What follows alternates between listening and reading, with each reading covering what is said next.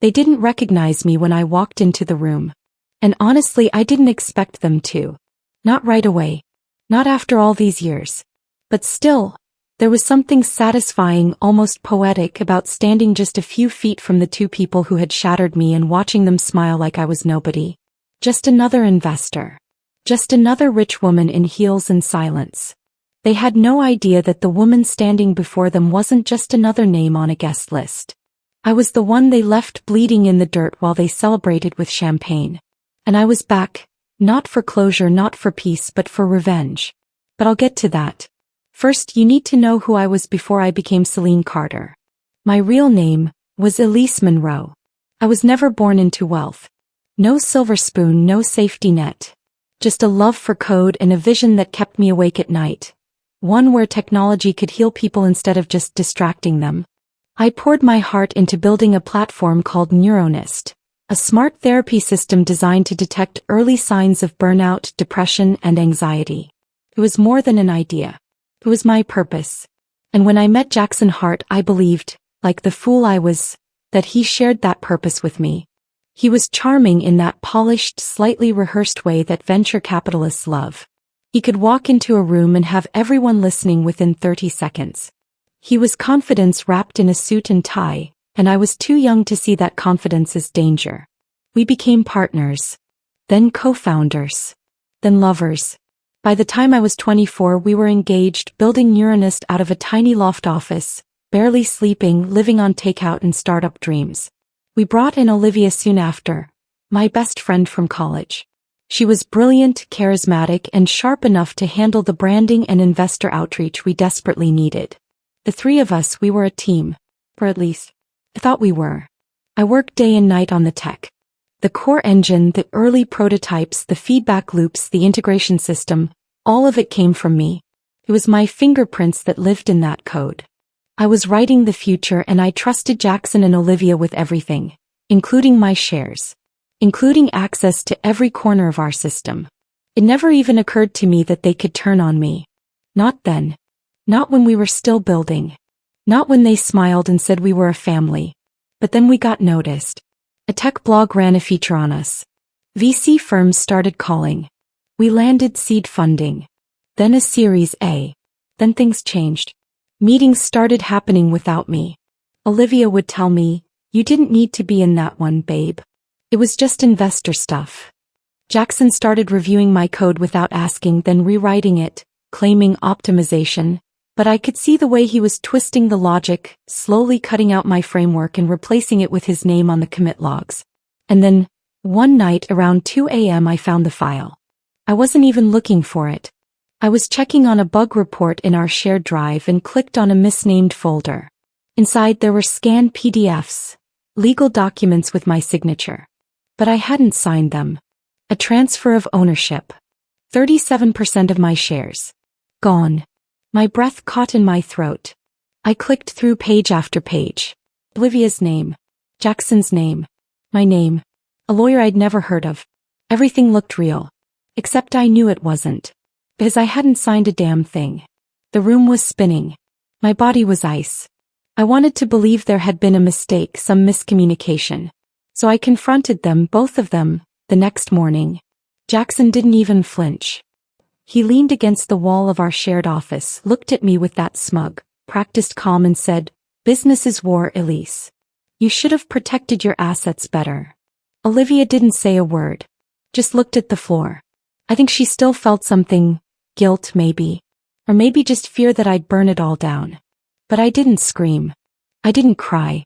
I walked out, took my laptop, my sketches, my prototypes, what little they hadn't stolen, and disappeared.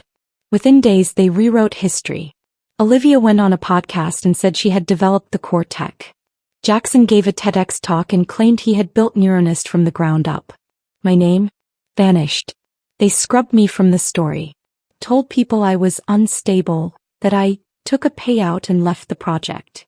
That I just wasn't able to handle the pressure. I was blacklisted. Humiliated. But they made one mistake. They thought I was done. What they didn't know was that I had already made backups. Notes. Designs. I still had my mind, the one thing they couldn't forge or buy. So I left the country. I changed my name. I cut my hair. I erased my digital footprint. I became a ghost. For 3 years, I rebuilt myself in silence. I worked under a pseudonym with international firms, sold my tech quietly, invested every cent I made into one thing. A future where I could take it all back. Now I'm Celine Carter. And I'm not just rich. I'm powerful. I walk into rooms they still beg to enter. And now here we are. Back where it started. They invited me here begging for investors. Not knowing I'm the one they once buried. They don't recognize me yet. But they will. Because this time, I'm not here to fight for a seat at their table. I came to flip the entire table over. And they have no idea that I already started.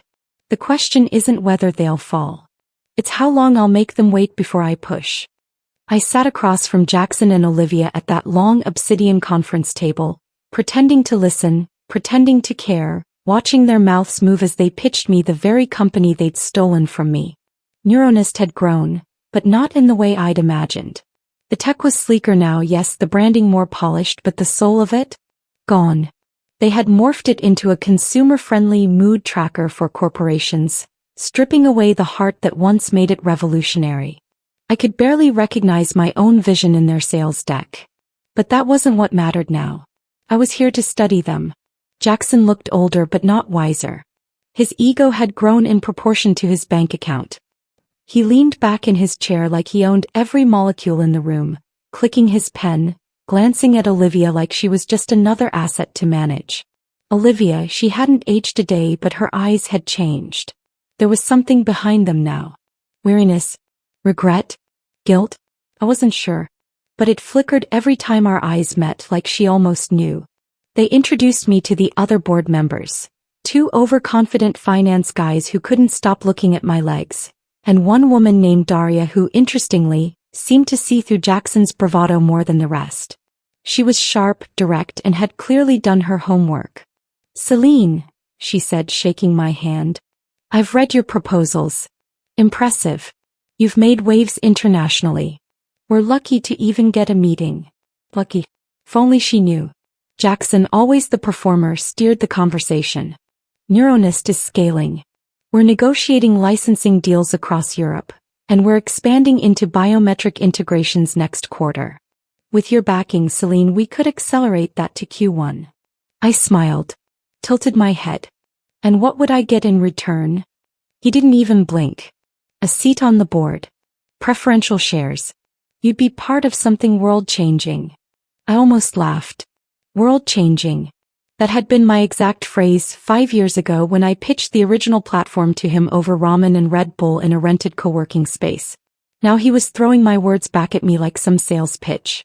But I kept smiling. Because this was part of the plan. Over the next few weeks I strung them along. I had my lawyer send in paperwork. My team set up shadow LLCs. I created a shell investment firm under a name they'd never traced to me. To them, I was just another wealthy woman with connections and capital. To me, they were already collapsing, they just didn't know it yet. I started by requesting internal access to their infrastructure. For due diligence, I said. They hesitated at first, but money talks, and I talked like someone ready to write a $20 million check.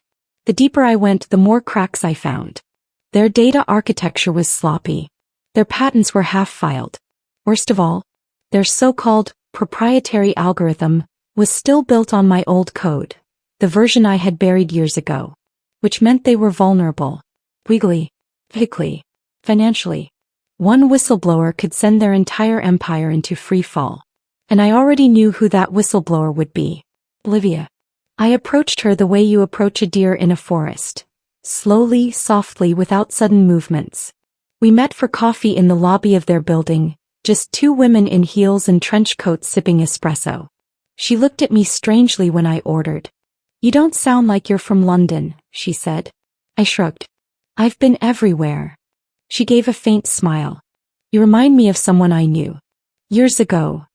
I met her gaze then, steady and quiet. "Did she hurt you?" She blinked. "No. I think we hurt her." There was the shame. The memory she'd buried but never quite killed. "You're doing amazing work. I said, nodding toward her phone where a Neuronist promo played on mute. Do you believe in it? She hesitated. Then, I used to. Silence fell between us, heavy with things unsaid.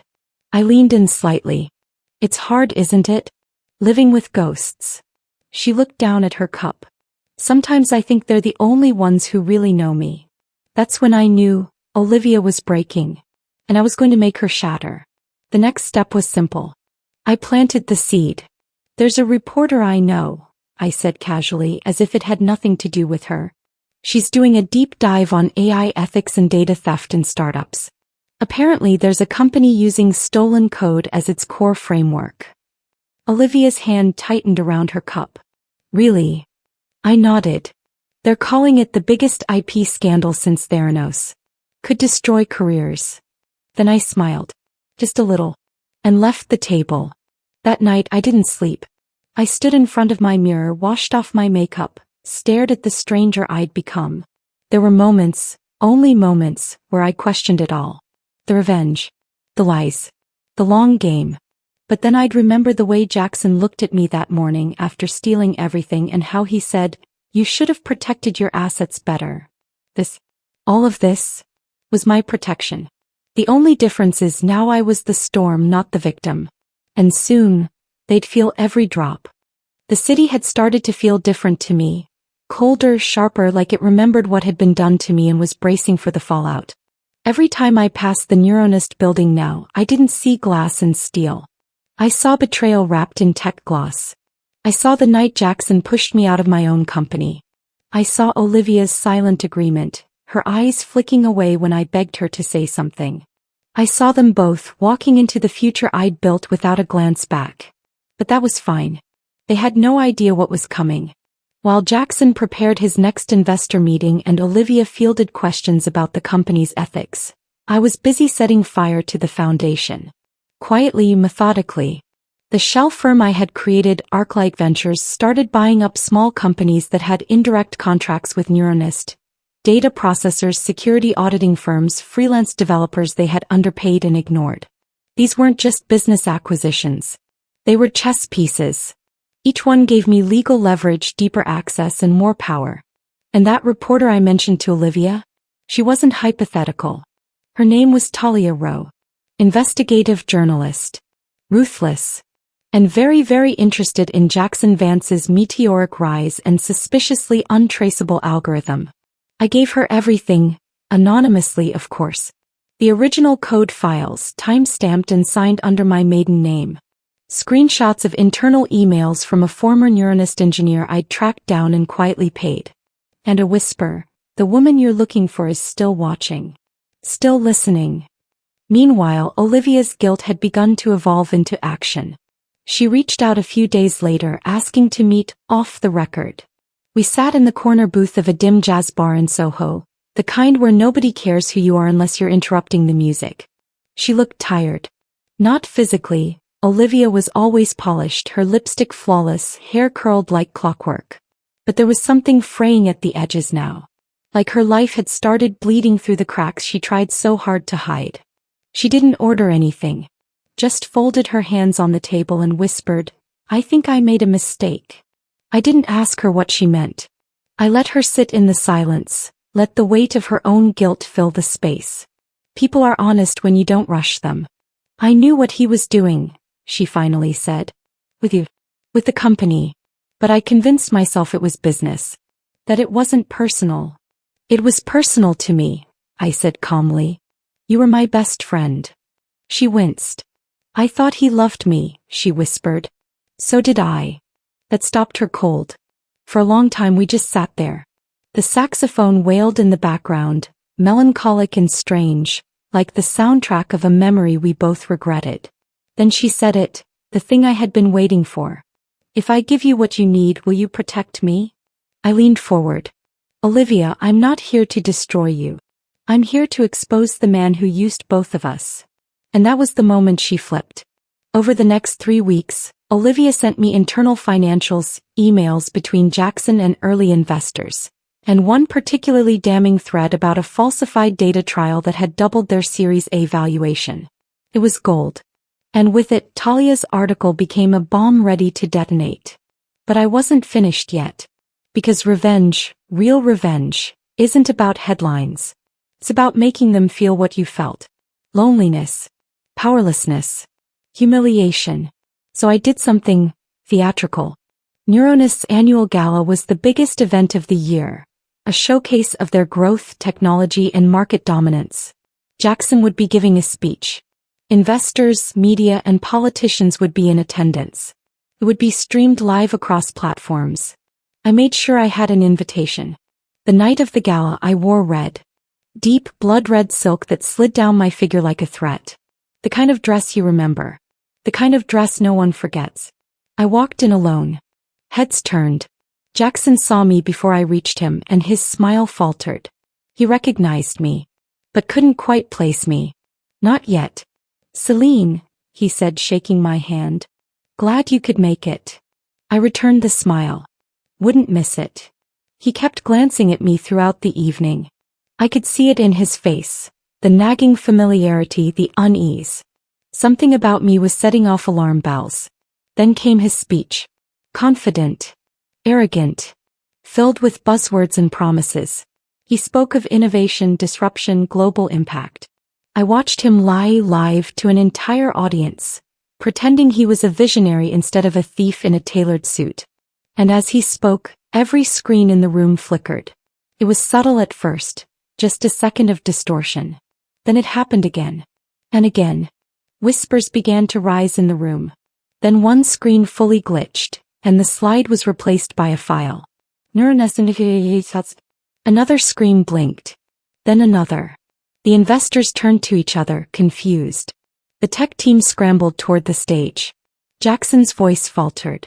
Olivia, standing near the bar, didn't move. Because she knew. She had triggered it. A full room leak coded into their own system. Every screen now displayed the damning evidence. Trial fraud, code theft, internal manipulation. The room exploded into chaos. And I stood there, smiling. Jackson looked around like a man drowning in his own reflection. His microphone cut out. Security rushed forward. Someone yelled, "Shut it down." But it was too late. The world was watching. And for the first time they were watching the truth. The chaos in the ballroom was exquisite. People were shouting. Phones were out. Some tried to record the screens while others scrambled to disconnect them. Investors looked horrified. Jackson had frozen, stranded on stage like a glitching avatar of the man he pretended to be. A PR rep tried to cover the screens with a branded banner. It was pitiful. And there I was, standing in the middle of it all, untouched. The room wasn't just falling apart. It was unraveling. The version of reality Jackson had built was being torn away in front of his own audience. I didn't stick around for the aftershocks. That wasn't my role anymore. I walked out slowly, my heels echoing across the marble floor, the red silk of my dress trailing behind me like a slash of fire. Outside the night was calm. The gala's hum of panic was muffled by the doors. My car was already waiting. As I slid into the back seat, Olivia texted me 2 words. "It's done." For the first time in years, I exhaled without pain in my chest. But this wasn't the end. This was the turn. The article Talia published the next morning detonated like a missile. The face of innovation. How Jackson Vance built a fortune on stolen code and broken promises. It went viral within hours. Every news outlet picked it up. Investors pulled out. Neuronist stock plummeted. Government regulators began circling. And former employees, ones Jackson had discarded, silenced, or intimidated, started to speak up. I watched all of it unfold from a cafe window, sipping my espresso with a kind of peace I'd forgotten existed. My name was never mentioned, not once. I was invisible, the shadow behind the fall. And that's exactly where I wanted to be. Until Jackson showed up at my apartment. I wasn't surprised. He didn't knock. He banged. I opened the door slowly, letting him see me, calm, composed, not broken like the girl he once erased. His eyes were bloodshot. His jaw clenched. He looked like a man who had lost control of everything but still couldn't believe it. "You did this," he said, almost choking on the words. "Hello, Jackson," I replied softly.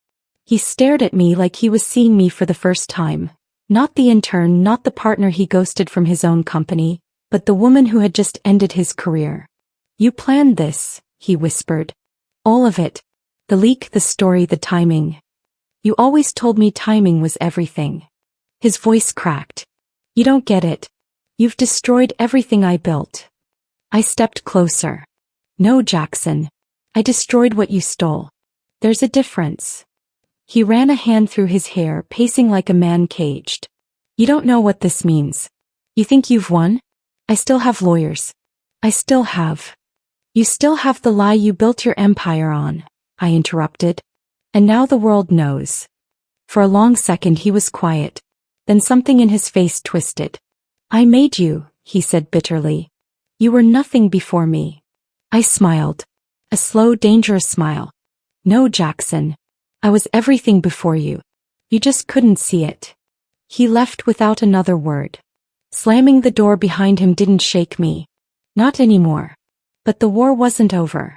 Not quite. The media storm had started peeling back layers, and beneath them were more skeletons. Shady deals, forged data, harassment claims buried under NDAs. Olivia was cooperating with authorities. Several board members had stepped down.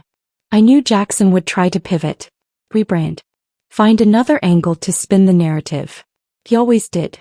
That's when I launched the final phase. Luminary Labs. My new startup. Founded quietly months ago under my new identity. Focused on ethical AI development, transparent innovation, and female-led leadership. It wasn't just a tech company, it was a statement. The industry was watching me now, even if they didn't know who I really was. And the people who did know? They were rooting for me. Investors called.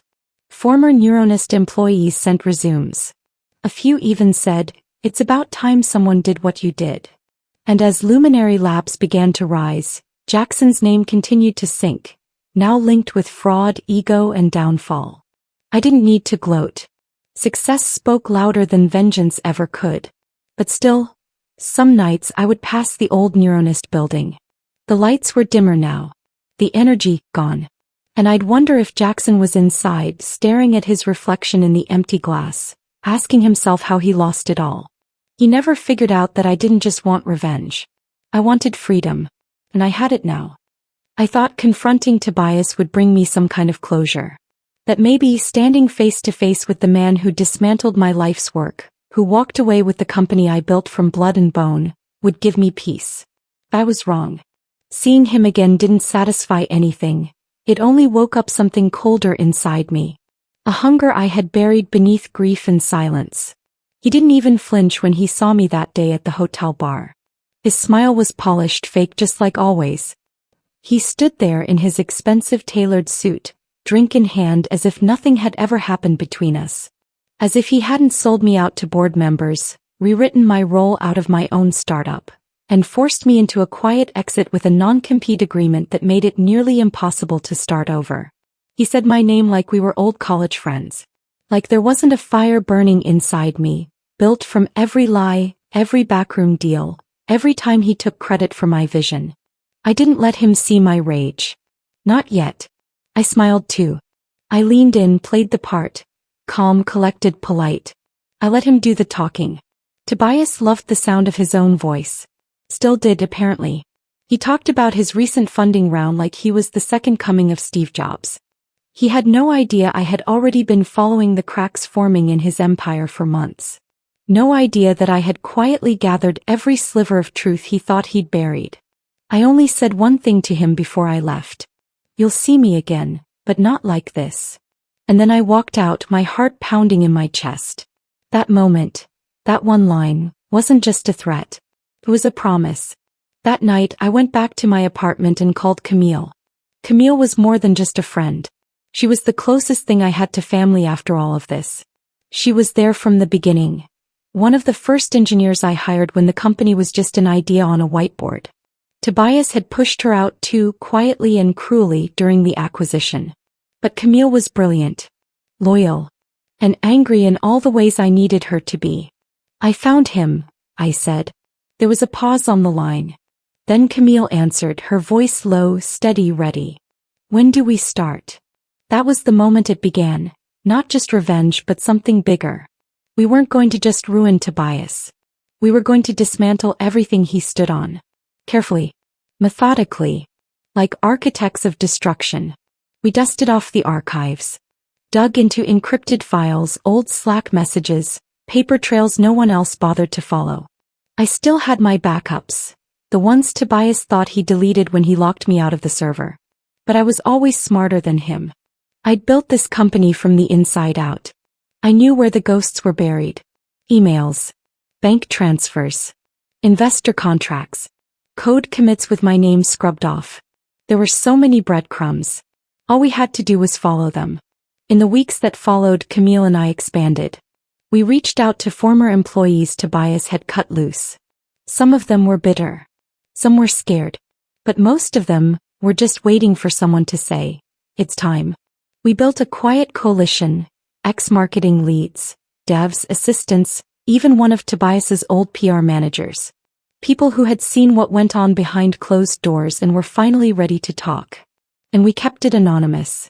I used a shell company to fund the research and digital infrastructure. Camille handled the technical side, encrypted servers, secure lines, VPN routing that would make the FBI sweat. We weren't just collecting dirt. We were preparing a dossier that could sink a battleship. Then we reached out to the press. 2 journalists. One from a startup-focused outlet that once profiled me before Tobias scrubbed my name from the narrative. The other was a seasoned investigative reporter with a reputation for taking down tech giants. I didn't give them my name, not yet. Just enough evidence to start the fire. And they ran with it. The first article was published quietly. No fanfare. No dramatic headlines. Just cold hard facts. Allegations. Anonymous sources. Timeline inconsistencies. Investors started asking questions. Stockholders started watching closely. Tobias dismissed it, of course. Called it noise. Claimed it was jealous competitors. But he was sweating. Because I knew what was coming next. More articles. Leaked documents. A drip feed strategy designed to stretch the scandal over weeks. It was psychological warfare. We didn't just want to ruin his image. We wanted to make him unravel in public. Camille and I watched every move he made. We tracked stock performance, social media sentiment, even Slack messages from former insiders who still had access. We weren't just playing defense anymore. We were hunting. And Tobias? He was already starting to feel the weight of something he couldn't name. But I could. It was me. Celine Carter. The woman he tried to erase. And this time I wasn't coming for recognition. I was coming to take everything he stole and more. Tobias was unraveling faster than I expected. The second article hit the tech world like a grenade. This one wasn't quiet. It had headlines. Pull quotes. Graphics. Inside the collapse of a startup star, former employees speak out. They published anonymized interviews, receipts, internal memos Tobias never thought would see the light of day. There was even a side-by-side comparison of the company's origin pitch deck with his revised version. My work stripped bare of my name. And yet, the worst part for Tobias wasn't the data. It was the tone. The article didn't just accuse him. Questioned his genius. That's what he couldn't handle. People didn't just see him as flawed. They started to see him as a fraud. I watched the fallout from my apartment, sitting on the same couch I'd cried on when my world fell apart 2 years earlier. But this time I didn't feel weak. I felt focused. Powerful. Camille sat next to me, laptop open, a dozen encrypted windows flashing across her screen. He's posted a statement, she said. I turned to look. It was exactly what I expected. A polished, self-important thread on X, formerly Twitter, full of buzzwords and passive blame. He framed it as a smear campaign, called out disgruntled ex-staff, and even tried to spin it as an attack on innovation. He didn't mention me. Not once. Not by name. But he knew. And I could see it in the photos taken at his next public appearance. A pitch summit in San Francisco. His face was paler. His smile strained. For the first time in years, Tobias Hayes looked like a man who wasn't sure he was going to win. Good. That was just the beginning. Because I wasn't done with him yet. I had been thinking long and hard about justice. What it meant. What it should feel like. And somewhere along the line, I realized I didn't want Tobias behind bars. I didn't want an apology. I didn't even want to take back what he stole. I wanted him to lose what he valued most. The illusion that he was untouchable. That he was always the smartest one in the room. And I knew exactly how to do it. While Camille continued feeding the journalists and maintaining our digital camouflage, I took the next step. I reached out to Riverstone Capital, the investment firm that had funded Tobias's last expansion. I posed as an anonymous whistleblower with access to internal files. Sent them a package of documents we'd compiled. Manipulated financials, inflated user numbers, even a few HR complaints Tobias buried using shady NDAs. It didn't take long for them to respond. The legal team asked for a formal interview. I declined. But I gave them more documents. I didn't need to be in the room to pull the trigger. I was the shadow behind the bullet. A week later, Riverstone quietly froze a $12 million follow-up investment. 2 days after that, 3 board members resigned from Tobias's company. And by the end of that week, the app Tobias had poured his ego into, was pulled from the App Store after a security flaw was exposed publicly by a former engineer. Everything was falling apart. But here's the thing people forget about burning bridges. Sometimes the fire lights the way. Because as Tobias fell, something strange started happening. People started reaching out to me. Investors, journalists, former colleagues, even strangers who had read the articles and pieced together who I really was. They didn't want gossip. They wanted me. My voice. My leadership. My next move. And just like that, I realized something. Revenge had been the fuel. But no. I had something better. The future. That night, Camille and I sat on the balcony watching the skyline shimmer in the distance. She passed me a glass of wine and said, "So what do you want to build now?" I looked at her, smiled, and said, "Not just a company. I want to build a legacy. And this time I'll build it where no one can take it from me." We clinked glasses, the city humming below us, and in that moment, I wasn't just Celine Carter, the woman who lost everything. I was Celine Carter, the woman who rose again.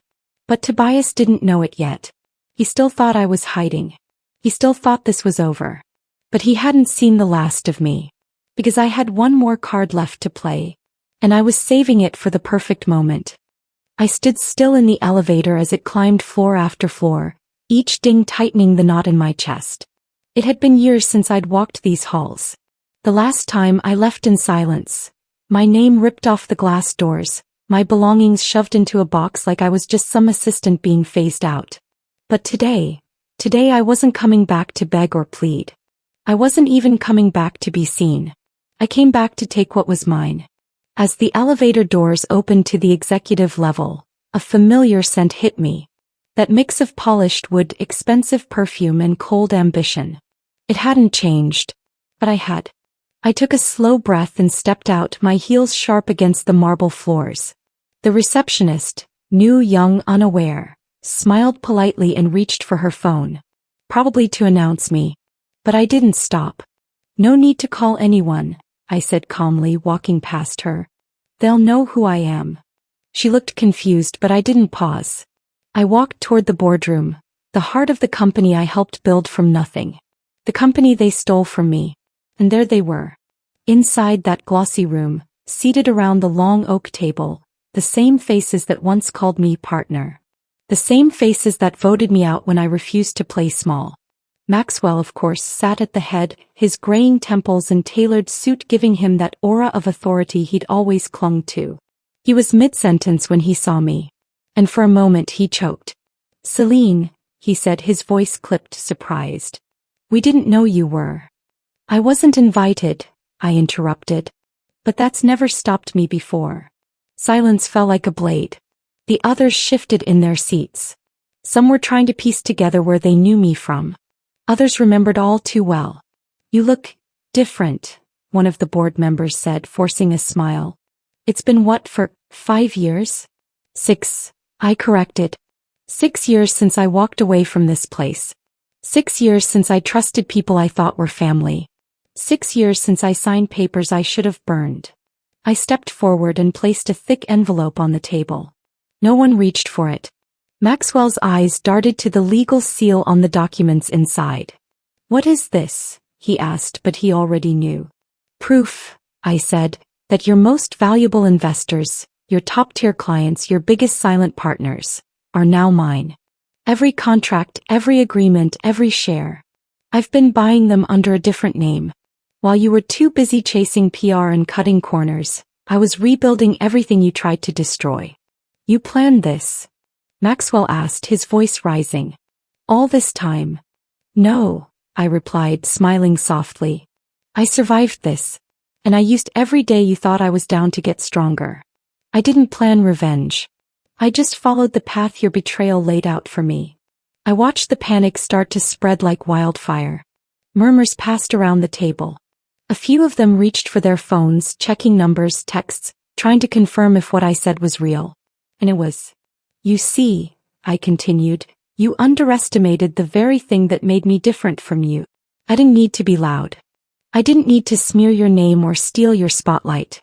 I just needed to remember who I was and what I built." Maxwell stood now, his fists clenched at the edge of the table. "You think this is over?" he hissed. "You think you can just walk in and take control?" I stepped closer, my voice calm but razor sharp. "No, I don't think. I know. I own 62% of your remaining assets. The rest will follow in due time. And when they do, I won't need to take control. I'll already have it." His face turned red. "You're bluffing." "I never bluff," I said. "You just never listened." I turned, not giving him the satisfaction of watching me linger. As I walked out, the energy in the room shifted. The smugness was gone. The confidence crumbled. And for the first time in years I felt whole. The elevator doors opened again. I stepped in, heart steady, spine straight. The glass closed behind me, reflecting my image. Sharp, composed, unshaken. They took everything from me once. But this time they watched as I took it all back. And I hadn't even gotten to the final move yet. When I stepped out of the building, the sharp chill of the evening wrapped around me like a warning, but I didn't flinch. The wind tugged at my coat, hair brushing against my cheek, and yet I felt nothing but stillness inside me. This wasn't the end. It wasn't even the peak. It was the point of no return, and I was finally ready to cross it. Behind me stood the monolith of glass and steel, the tower I helped build, one floor at a time, one sleepless night after another. Maxwell Enterprises. A name that used to mean pride, progress, legacy. Now it stood as a symbol of betrayal, a monument erected not just with wealth but with the blood and ambition of people like me. Those who were good enough to climb but never welcome at the summit. The revolving door closed behind me with a quiet swoosh, as if sealing the past within its rotation. My stilettos clicked sharply against the polished stone as I descended the steps toward the waiting car. Elias was already there, standing straight, one hand on the open back door. Always dependable. Always quiet. "How did it go?" he asked once I was seated. I didn't answer immediately. Instead, I stared ahead, watching the reflection of city lights flicker in the window. Only after the car began moving did I say, "It's unraveling." He nodded. He knew what that meant. Inside that boardroom, I had laid the first threadbare piece of evidence in a sea of paper. An anonymous report filed with the SEC, pointing to internal fraud, embezzlement, and manipulation of shareholders' trust. The room had gone quiet. Maxwell had tried to laugh it off at first, a bark of disbelief and arrogance, but I watched his knuckles whiten as he realized the documents were real, and worse, that someone had leaked them. "He's scared," I said. "But he hasn't started running yet." Elias gave a low chuckle. "He will." I leaned my head back, closing my eyes briefly. So many nights I had dreamed of this. I had memorized every word I would say, imagined 100 ways to make them fall. But when the moment came, I was calm. Not because the fire had died, no, it had grown colder. Sharper. It wasn't about rage anymore. It was about justice. Control. Power. My phone buzzed softly. I glanced at it. One of my attorneys. A single message. "It's done." I opened the secure file he had attached and felt a smile tug at my lips. transfer confirmations, shareholder signatures. The last of the silent investors Maxwell had relied on had flipped. My shares, once ripped from me through blackmail and deceit, were now bolstered by new allies. He no longer had the majority. He didn't even know it yet. "Take me to the penthouse," I told Elias. As we drove through the city, my thoughts wandered back. 6 years ago, I walked into that same tower as a rising star. I had just been promoted to vice president of strategy. Maxwell praised me publicly, mentored me privately. Vivian, his daughter and my closest friend, was the sister I never had. We were supposed to build something lasting. But behind closed doors they were tearing me apart. Vivian knew about the forged reports that framed me. She knew about the silent campaign to discredit me. And Maxwell? He orchestrated it all. I found out too late. The press ate the scandal up. Celine Carter, fraud. Embezzlement. The woman who cooked the books. It didn't matter that the numbers were fabricated. The headlines stuck. My name was blackened overnight. I lost everything. But I didn't disappear. I changed my name. Left the country.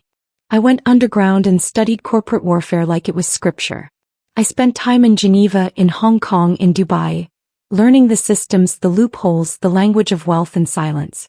I learned to move funds through 1,000 veils. I created shell companies, front corporations, investment groups that looked legitimate on paper. And through them I began to buy influence, by loyalty, by pieces of the company I had once bled for. I became a shadow with power. And now Celine Carter was no longer a fallen executive. She was a myth whispered in boardrooms and luxury lounges. When I arrived at the penthouse, Elias escorted me upstairs. Floor-to-ceiling windows revealed the glittering skyline, but I barely glanced at it. Instead, I walked straight to the secure server setup, typed in my password, and brought up the surveillance feed. My eyes scanned the video. Maxwell was in his office, pacing like a trapped animal. Vivian sat on the couch, pale and unreadable. Their body language told me everything. "They know it's you," Elias said behind me. "Not yet," I replied. "But they suspect." Vivian always did. As if on cue, my phone buzzed again. A text from an unknown number. "We need to talk. It's about Maxwell. It's about you." I opened it. The message continued. "He knows more than you think. And he's planning something. Tonight." Signed, Vivian. I stared at it, unreadable emotions swirling in my chest. Had she grown a conscience? Or was she luring me in for the final move? Should I prepare the security team? Elias asked. "No," I said. "Not yet. She wants to meet? We meet. But on my terms." I pulled up the hotel reservations. Vivian was still at the Fairmont in her usual suite. I knew every camera angle in that place. Every escape route. And I wasn't walking in there blind. I changed into something simpler. A black silk blouse, tailored pants, and a long coat. Clean. Controlled. I stared at myself in the mirror. For a moment, I saw the young woman who once trusted too easily. Then I blinked and she was gone. "Elias, bring the car around." He nodded and left. As I stood alone in the quiet, my pulse ticked a little faster. This meeting could change everything. Vivian had always been the variable. Maxwell I could predict. But her? She was the daughter who wanted to please her father but hated his cruelty. The friend who betrayed me yet cried when she thought I was gone forever. When I reached the hotel suite, I didn't knock right away. I stared at the door, my hand hovering for a moment. Then I knocked. 3 times. The door opened. Vivian stood there, barefoot in a silk robe, her eyes red-rimmed but alert. She didn't look surprised to see me. "You came," she said softly. I stepped inside without a word. Vivian closed the door behind me gently, as if we were old friends sharing a late-night glass of wine instead of former confidants teetering on the edge of corporate war. The hotel suite was quiet, dimly lit by warm lamps and the shimmering glow from the city skyline beyond the floor-to-ceiling windows. The scent in the air was a mix of lavender and something synthetic, like fear masked with perfume. I stood still just inside the doorway, my eyes sweeping over the room with the caution of someone who'd walked into too many ambushes. No suitcases. No passport folders. No sign she was about to flee. But she was nervous. I could feel it in the rhythm of her movements. The way her hands hovered over objects, how she avoided looking at me too long. She walked to the sideboard, poured herself a glass of water from a crystal decanter, and gestured with the same offer. You want anything? Answers, I replied, voice steady. She gave a soft, mirthless laugh, the kind that comes from a place of exhaustion. Fair. Vivian took a seat on the couch, crossing one leg over the other, the glass trembling just slightly in her fingers. She looked up at me, her blue eyes older than I remembered, worn down by secrets and complicity. I know what you think of me, she said, her voice brittle like cracked porcelain. And most of it is true. I remained standing. Let her speak. Let her confess. My father, she paused, swallowing hard. He used me. Used all of us. I thought if I stayed close I could change things. Protect people like you. I was wrong. I let him ruin you. I let him bury you. A silence stretched between us. I watched her closely. It wasn't guilt she wore, it was surrender. But now, she continued, voice falling lower, he's scared. You've rattled him. More than anyone ever has. And when he's scared he doesn't fight fair. What is he planning? I asked. She hesitated, eyes drifting to the window as if the answer might be written in the skyline. He's getting ready to disappear. He's liquidating assets quietly. Offloading shares through proxies, even moving funds to offshore accounts. He's preparing for the worst. And he has a vault. A failsafe. With everything in it. Evidence, records, backups. Enough to crush your taste and disappear without a trace. Where? In the house, she said. Behind the study. The painting of the stag, he had it installed on a sliding panel. Biometric lock. Thumbprint scanner. My breath stilled for a fraction of a second. And why are you telling me this now? Vivian set her glass down slowly. Because I'm tired, Celine. Tired of pretending I'm not part of this. Tired of hating myself in the mirror. And because... She stood and crossed to a small leather bag, unzipping it with a smooth flick of her fingers. From it she pulled a small silver flash drive. These are copies I've made over the years. Everything I could get without him noticing. Shadow accounts, private meetings, bribes, offshore transfers, NDAs. It's all here. He held it out to me like a confession. Or a weapon. I took it without a word. I know you don't trust me, she added, stepping back. I don't expect you to. But know this, whatever you think I owe you, I owe him worse. I looked at her, then really looked.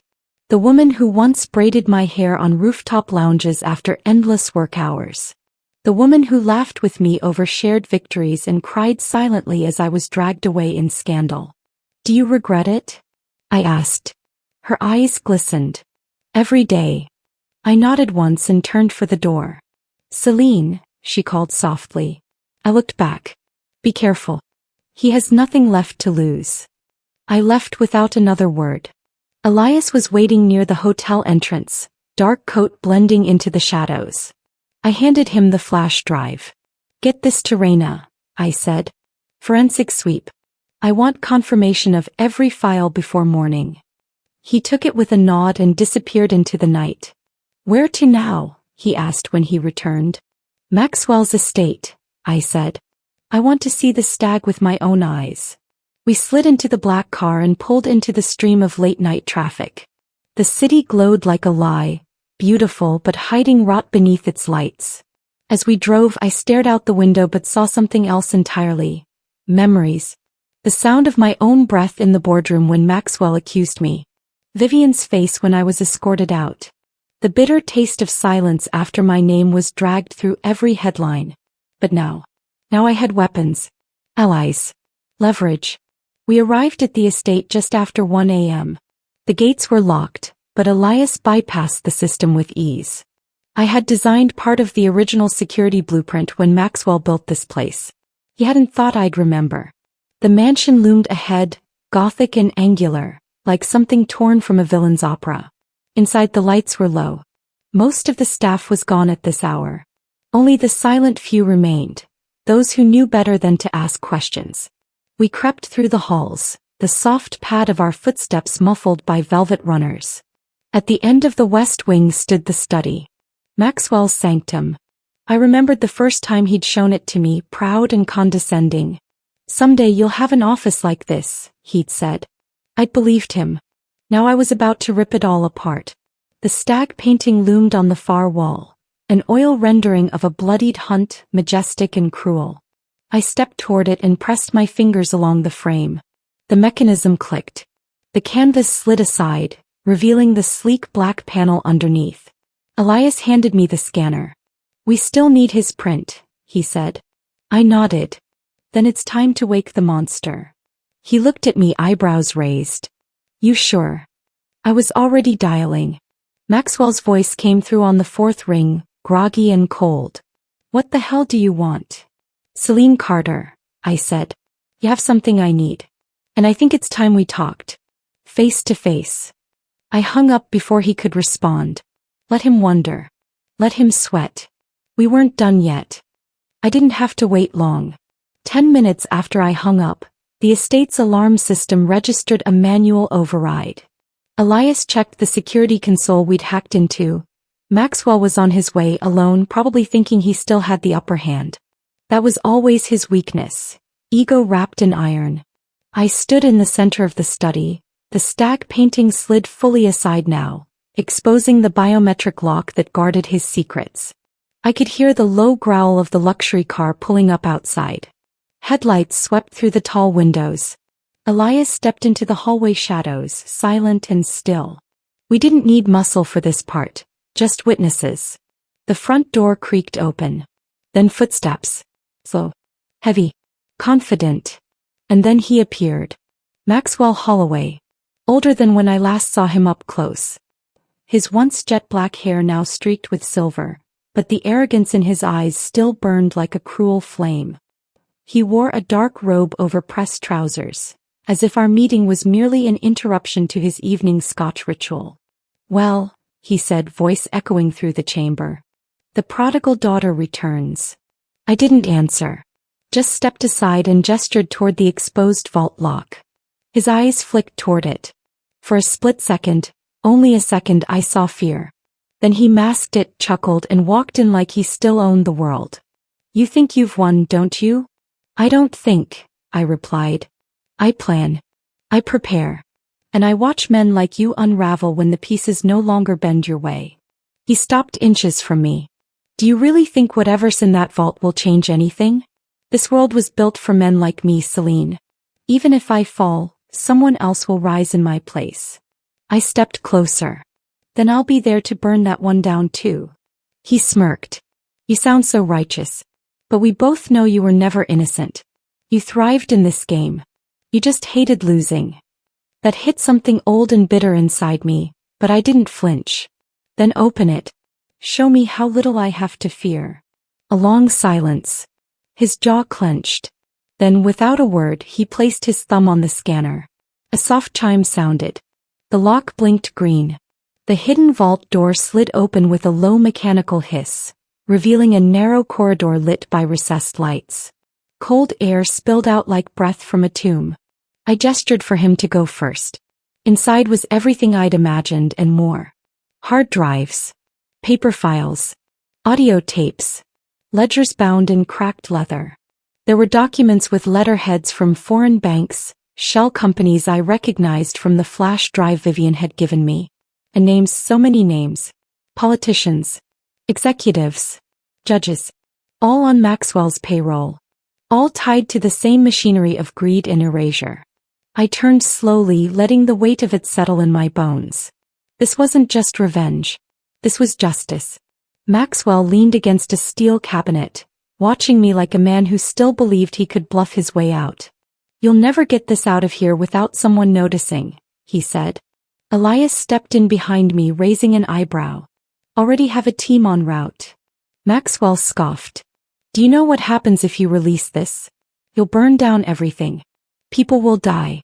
You think the system can handle this kind of fire?" "I'm counting on it," I said. And then his mask slipped just enough. "I built empires," he said, stepping toward me. And you think you can tear them down with a few files and some personal vendetta? I didn't move. You don't have the stomach for it, he hissed. You never did. Elias moved to intercept, but I raised a hand. I wanted him to see me. I didn't have the stomach for it, I said, voice low. Back then, when I trusted you, when I still believed loyalty meant something. But now, I stepped forward eye to eye. I've learned how to gut the beast. A tense silence stretched between us. Then softly he laughed. You think you've won? No, I said. I know I have. And with that, Elias pulled out his phone and pressed a single button. All files are being uploaded to encrypted cloud storage, he said. Multiple recipients. Newsrooms. Federal agencies. Everything. Maxwell paled. I looked back at the man who once promised me the world and handed me a sentence instead. You thought burying me would end the story, I said. He swallowed hard. But I was the seed. I turned and walked out of the vault, the cold air behind me nothing compared to the ice I'd carried in my chest for years. As I passed the stag painting again, I paused, staring into its cruel painted eyes. A symbol of power. Of the hunt. But tonight the hunter had become the prey.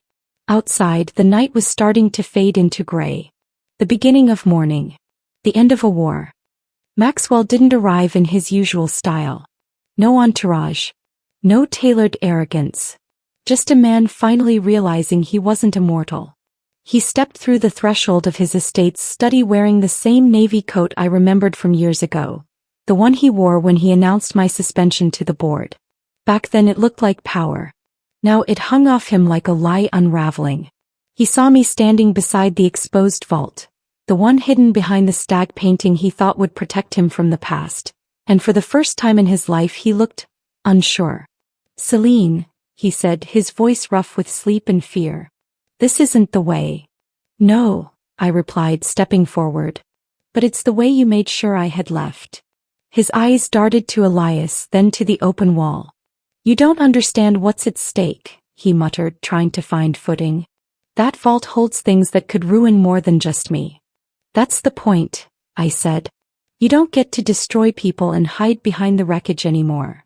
I handed him the biometric scanner. He hesitated. You open it, I said softly, or I send everything Vivian gave me to every journalist in the country, tonight. His lips parted in surprise. You've spoken to Vivian? He whispered. She gave me the key. I'm here to walk through the door. A long pause. Then he placed his thumb on the scanner. It blinked green. The vault door hissed open. Inside was worse and better than I imagined. Photos. Documents. Flash drives. Audio recordings. Payment trails that led to countries and criminals he once denied even knowing. Proof. Years of it. I stepped into the cold chamber and began collecting what I needed, piece by piece, my gloved hands moving slowly as if wrapping up a final prayer. I mentored you, he said behind me, his voice desperate. You were my star. The daughter I never had. I turned to him. You mentored me until I became a threat, I said. And then you buried me. The silence between us cracked like thunder. Outside, the horizon was beginning to gray. A new day. I was building a legacy, he whispered. I nodded slowly. And I'm here to dismantle it. Elias sent the files. To every outlet we had lined up. Multiple backups already lived in offshore clouds and drives waiting in safe hands. There would be no erasing this. No press release. No spin. No golden parachute. Maxwell sank slowly onto the leather couch beside the fireplace. He didn't cry. Men like him never do. But I watched the final breath of power leave his body, the realization washing over him like a slow rising tide. I stepped toward the door but paused. You don't get to disappear, I said. Not this time. He looked up at me with hollow eyes. You'll regret this, he muttered. I smiled. No. You will. And I left. 3 months later, Maxwell Holloway was indicted on 47 counts of fraud, conspiracy, bribery, and obstruction. Several members of his corporate web were arrested. The company was dismantled, its assets frozen, its legacy scorched. His name became synonymous with the corruption he once thought untouchable. Me. I didn't want fame. I didn't need applause. I just needed the silence, the absence of his shadow over my life. I moved into a small place by the harbor. No penthouse. No marble desk. Just peace. I started mentoring young women, those clawing their way through industries still run by wolves. Vivian disappeared after the trial. I don't know where she went. Maybe she's rebuilding. Maybe she's still running. But I forgive her. Not because she deserves it, but because I do. This isn't a story about revenge anymore. It's a story about reclaiming truth, voice, power. And now it's your turn. You've been silenced. If someone ever told you your story didn't matter, know this, it does. You do. Like this video. Subscribe to the channel for more. And turn on notifications, because the next story might just be yours. Until then, keep rising.